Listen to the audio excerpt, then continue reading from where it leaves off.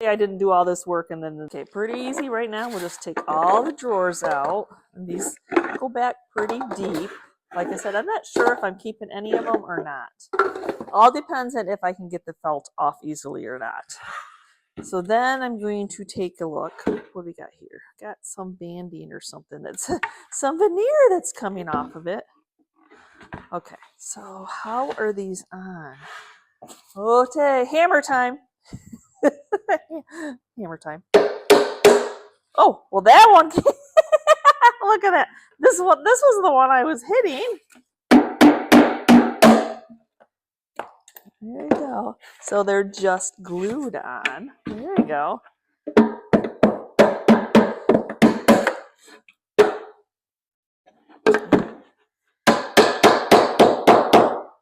There we go. Okay. Oh, one's attached to that banding. And you know what? The banding does not matter to me. Because when something is old, it doesn't need to be pristine. And I know you're all like freaking out right now, like, oh, glue that back on, glue that back on. Well, you know what? Imperfections are character in my mind. And I'm not going to deal with banding that just wants to come off. Just wants to come off. We can sand that. And I think this one's coming off anyway too.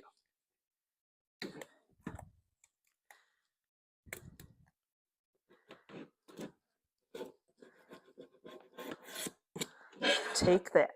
There we go. I think the rest of it is pretty darn solid. Okay, let me take a moment. And we will see if this comes off easily or not. So I want cubbies to show off stuff, but I'm not going to work hard to get fabric off. That did not help at all. No. Nope.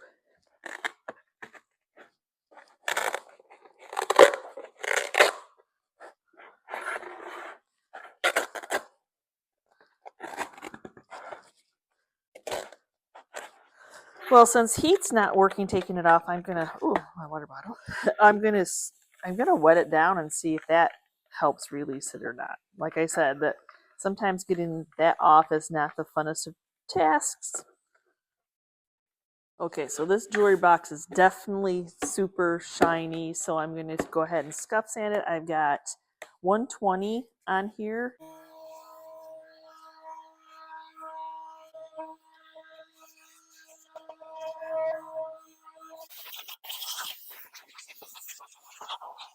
After doing one drawer, I'm only doing one drawer. Oh my goodness.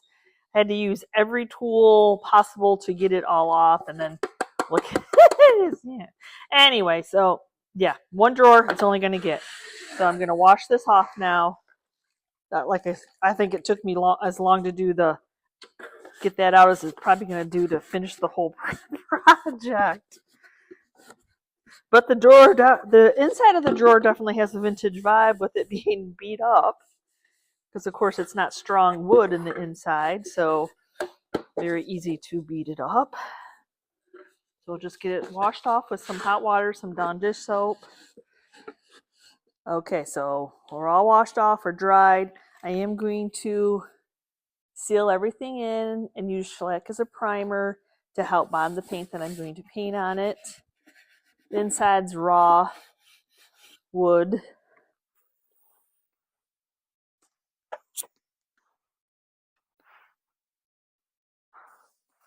So I'm going to do a little cheater method inside just to like help any shadows or, they're pretty deep drawers. Then I'm going to spray the inside with white first before painting. I'm still going to do the milk paint in there, but I want to make sure that I'm getting all that surface area, and that'll help like cover it up and help me out a little bit.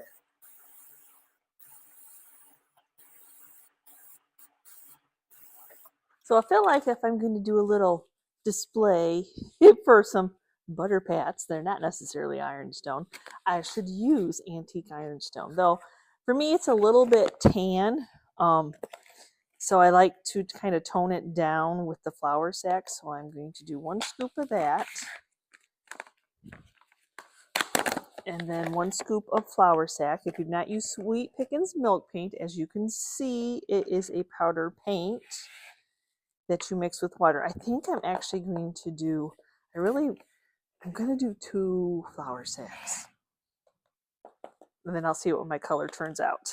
So it's equal parts powder to equal parts water. This is just tap water, and it is room temperature, nothing fancy.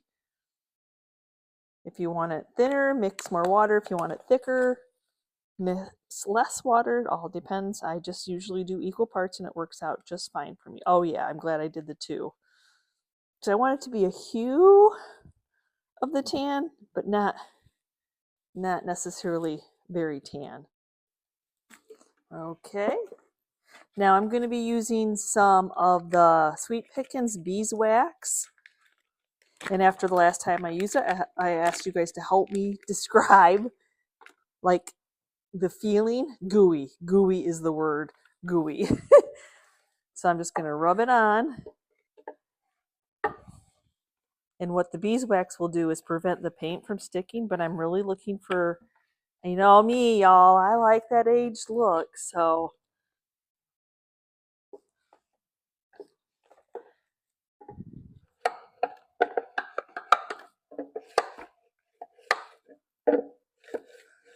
And it's funny, even though I sprayed it, you know, with the Rust-Oleum's enamel paint, when it goes to chip, a lot of times it'll chip right back down to the wood. So the white is really to help me get into those way in the back. Yeah, this is probably worse than cubbies, how deep you have to go, but it's got to be done. So it seems like just a back and forth motion like this kind of works.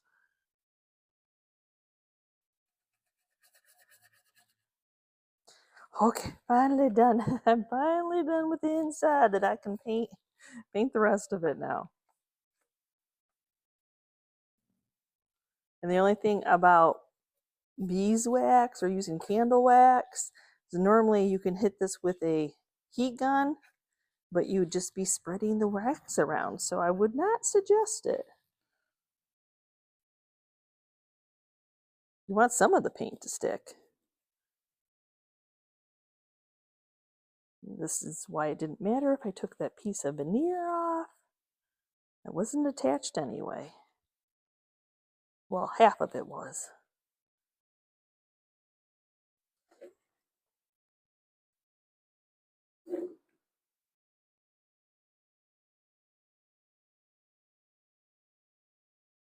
Okay, now I'm going to go in with my second coat, and no, it's not supposed to look like full coverage. We want it to be chippy. And hopefully some crackling and crazing going on there.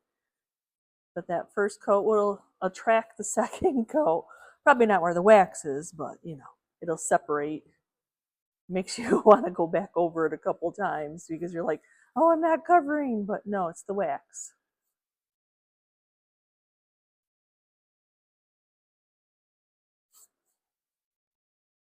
Oh, look at all that yumminess.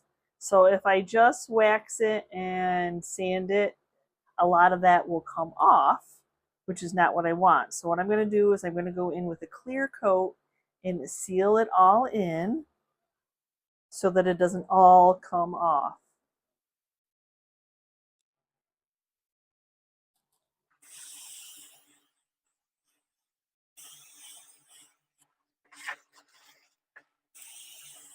Okay, here comes the scary part when I take sandpaper over and see what chips off.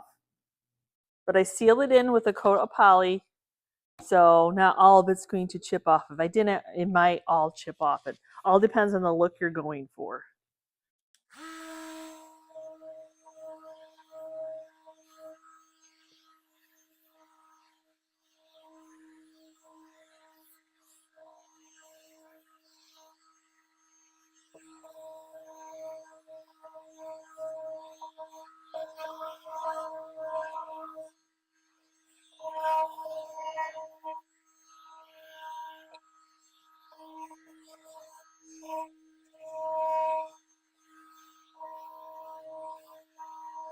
Okay, I have yet to try antiquing wax, like Waverly's antiquing wax.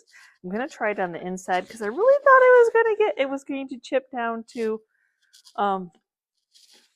yeah. Okay, I'm gonna do this one because that might be where the drawers go. And so I'm just gonna put it on there. Yes, see, because it's much darker than what the fusion waxes are. That's okay. That's okay. So then put it on there, and then I'm going to take some of the Fusion's clear, and then we're going to wipe off the excess and see what happens. Oh, I like that. It brings out a little bit more of that red hue that's happening. That's what I was hoping for, like, because this is showing its red roots. The Fusions aren't as red like that, so that works out.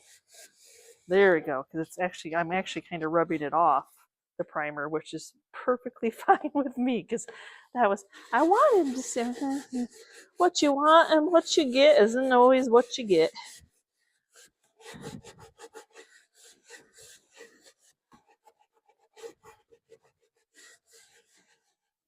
Well, then now you got to be creative how to get in there.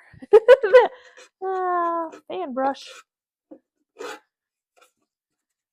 Okay, I'm just going for it. I'm doing the Waverly on the whole thing.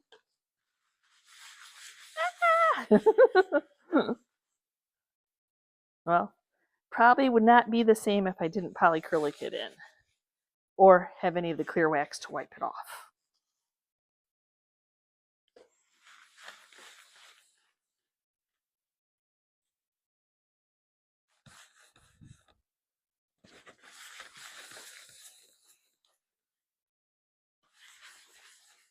So yes, I love those other little ones, but I just can't help it. There's just something about a porcelain knob. So yeah, I'll need to put a nut on here, but to age them, I'm just going to stick them in some bluing.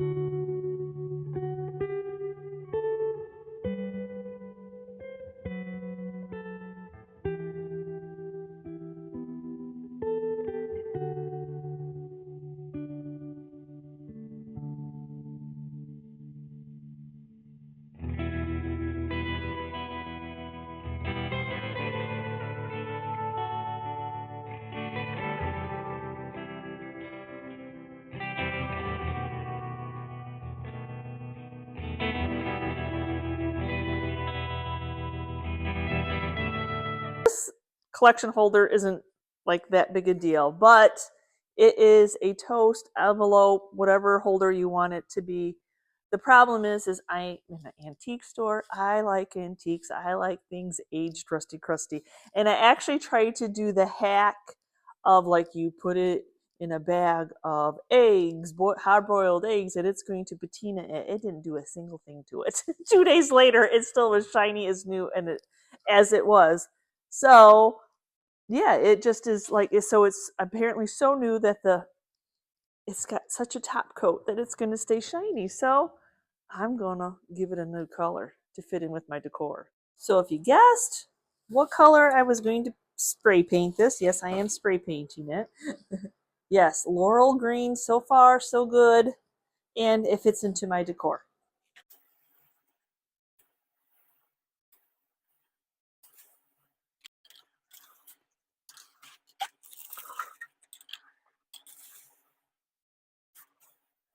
So, okay, so the bottom's dry enough for me to at least flip this over, but I always like to put a piece of paper down. This is just wax paper, parchment paper, something so it doesn't stick.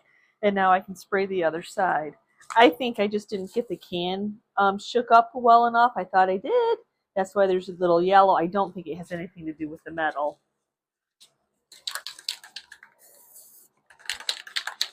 I'll make sure I shake it up good this time.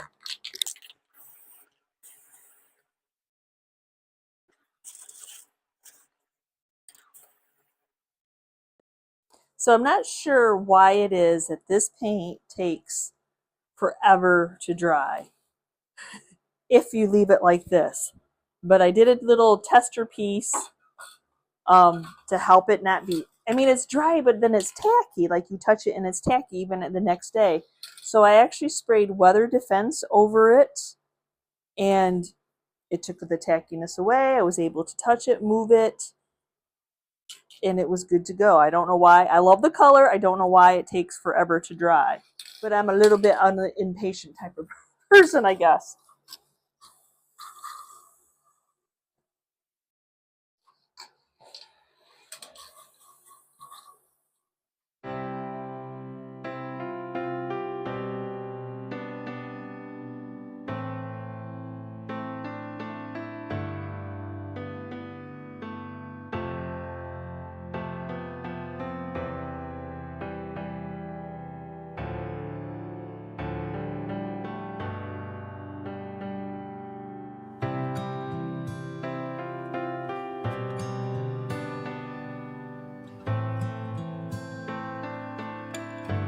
I have one of these Dollar General spice risers, holders, displayers. But if we turn it this way, we can come up with a different idea. I have a ton of old wooden spoons, and I thought this would be perfect to make it look more old and primitive, and make it a spoon holder. Maybe instead of a crock or a canister, see what we can come up with this. So I could just flip this around, drill holes in it, but this is just that really thin wood. And I feel like I want to add character somehow. So I actually have some paint sticks and I'm going to like attach them to the top to give them a little bit more thickness. So I thought that would add some fun character. And it's got me a moment right at the length where I could cut where they have that little bend there. Pretty easy to cut a paint stick, especially a craft paint stick. So I'm just going to cut right at that bend. This is just a Japanese saw. One of those items that power tools are too strong to cut it. It would just all split it.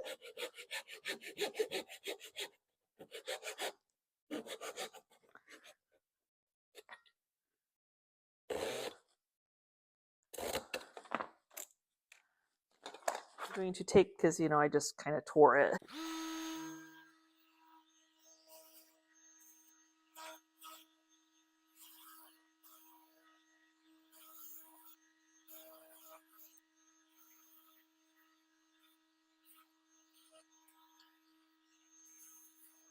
So what I was doing is I was kind of rounding the edges also because I don't want them to be this sharp edge, square, perfect piece. So what I'm going to do is I'm just going to go ahead and take some Titebond glue and glue these to the top, number side down preferably.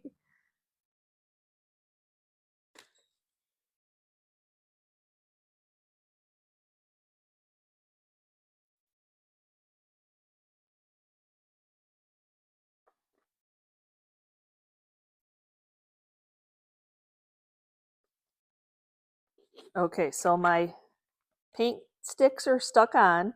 I ended up using some tape as a clamp just to make sure. But now I want to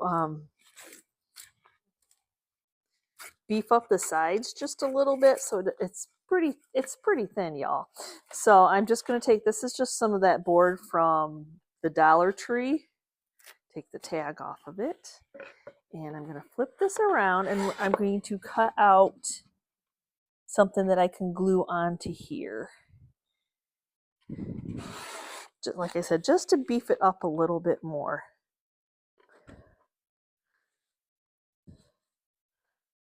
So I'm just going to trace with the pencil.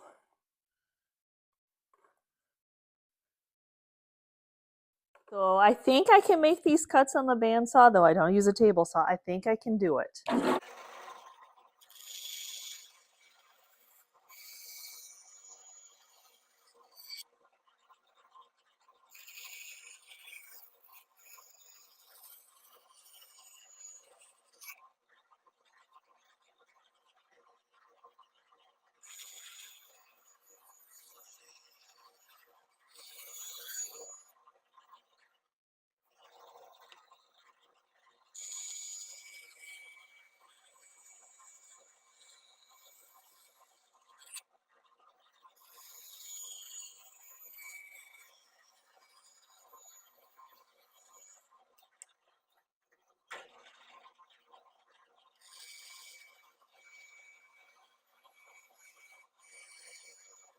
Left a little bit of rough edges, so I'll just sand them off.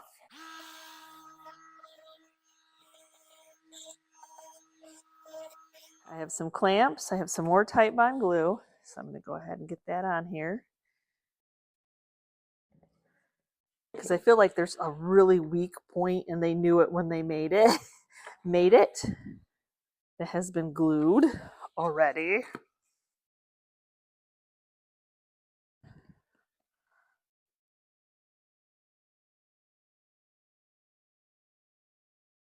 Spread it around. I'm just going to go like that, and then I can wipe off the excess. I want to make sure that everybody's adhered. Put a clamp on there.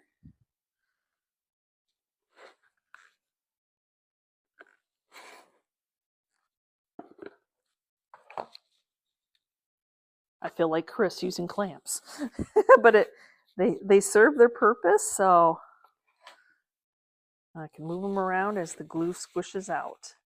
You know there's holes when it's coming through the inside. I wasn't expecting that. I'm like, oh. So I'm still waiting for the glue to dry, but I thought, you know what? I should hit this with the sander. Why the glue? So maybe some of the sawdust residue will stick to the glue and make it stainable.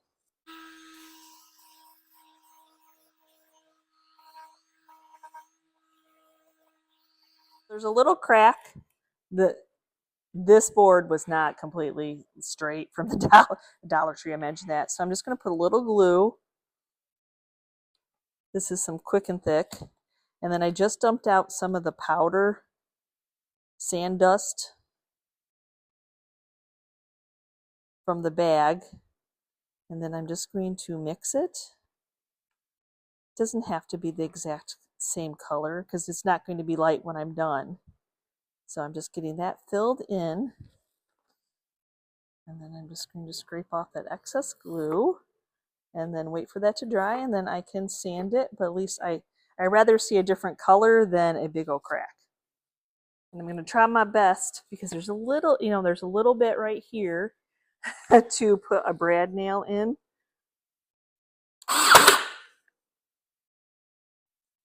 Okay, I'm still waiting for it to dry. It's amazing what you can do while you're waiting for glue to dry. But I'm laying tape down, and I'm going to measure out where I'm going to drill holes in this. But this is such thin wood that if I don't tape it off, it'll just split and char the wood. I've seen Chris do this, so hopefully I didn't do all this work and then this falls. But okay, of course we're not an even number. We are 9.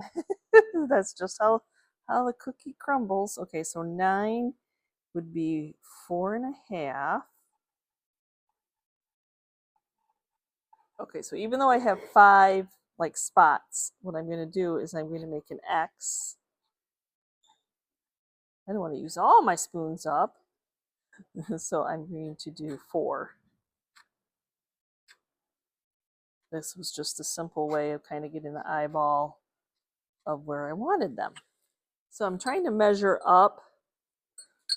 I mean, wooden utensils whole, they're big, so these are much too small. Okay, here's where we pray for the best.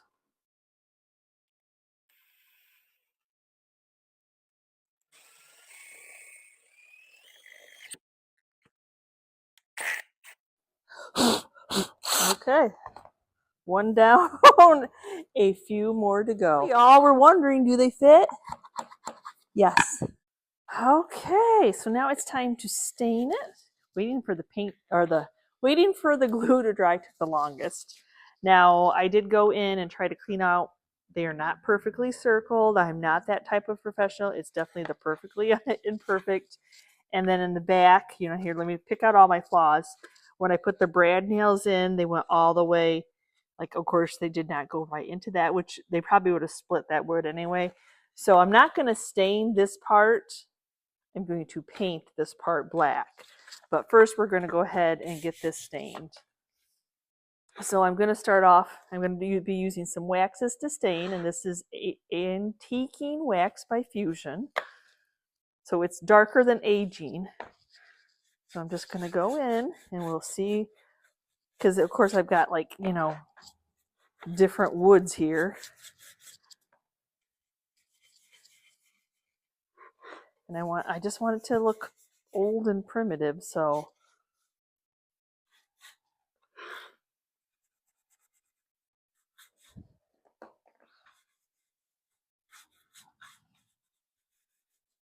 so far I'm not hating it, so that's good. That's okay. See, like, this is two different woods, what the bamboo type is, and then the Dollar Tree pine.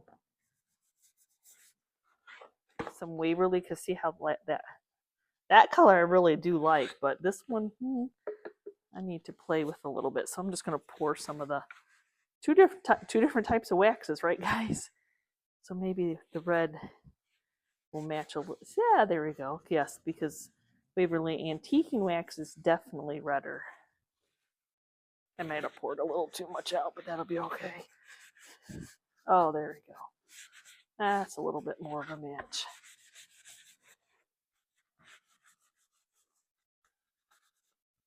On raw wood, it's better to go with the one that's a, see, look at how much difference that is.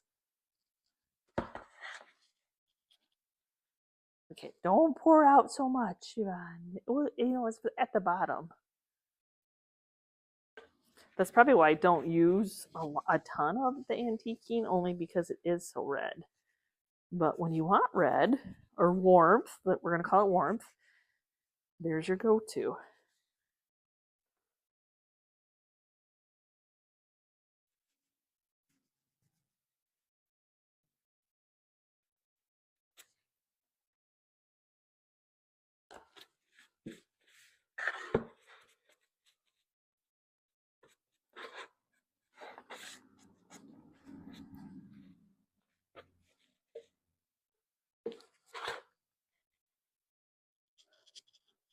Yep, right here's the black, the black wax. So I'm gonna go ahead and, I don't know, it just gives that right amount of I've been touched kind of thing. So I always seem to add it somehow.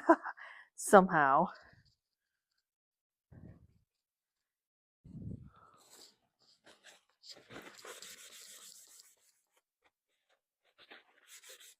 Yeah, I need to go in with a smaller paintbrush and get into that area. Okay, now I gotta go in with, I'm just gonna use some Little Black Dress by DIY. It probably will soak right in.